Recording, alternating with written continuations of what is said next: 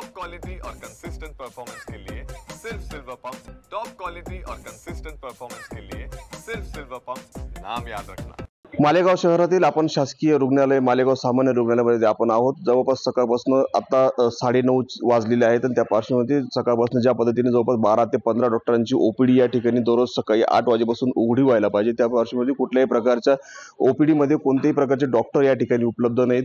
रोज येणाऱ्या ओपीडी मध्ये अनेक रुग्णांना अनेक वेळ अनेक तास इथं बसावं लागतं। त्या पार्श्वभूमीवर अनेक डॉक्टरांना यापूर्वी देखील या सूचना या ठिकाणी देण्यात आल्या होत्या। गेल्या जवळपास TV9च्या माध्यमातून आज आठवड्यातला तिसरा दिवस आहे। तिसऱ्या दिवशी देखील डॉक्टर 10 वाजेपर्यंत या ठिकाणी आलेले नसतात, काही डॉक्टर 11 वाजेपर्यंत आले नसतात, काही डॉक्टर तर हे ओपीडी मध्ये आलेलेच नसतात। अशी परिस्थिती या मालेगाव शासकीय सामान्य रुग्णालयाची आहे।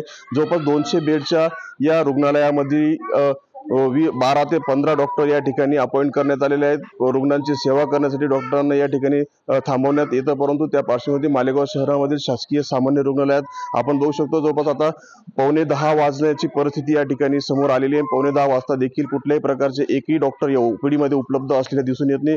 स्टाफ नर्सेस इतर रुग्णालयातले कर्मचारी या ठिकाणी उपस्थित आहे, परंतु मुख्य असलेले तपासणी करणारे डॉक्टर या ठिकाणी 10 वाजेपर्यंत उपलब्ध असल्याचे दिसून येत नाही।